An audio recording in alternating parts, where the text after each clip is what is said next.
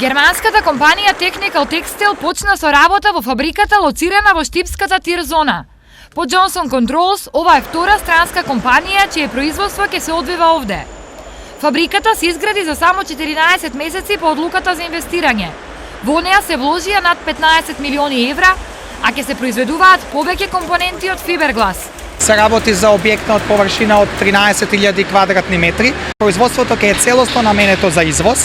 Годишниот обрт или извоз ќе изнесува околу 30 милиони евра за почетокот. Претежно ќе биде на почетокот за градежна индустрија, потоа ќе биде за бродска индустрија, авионска индустрија, но истовремено и за обновливи извори за енергија како ветерници и слично.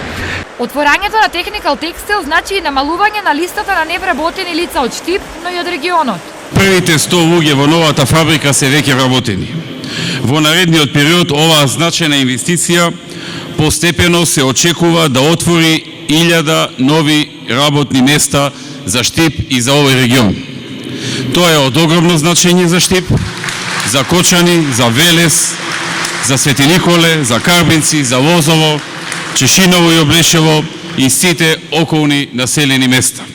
Одлуката да инвестира во Штип, сопственикот ја донел многу брагу, а пресудно за него бил работниот кадар кој Штип го нуди.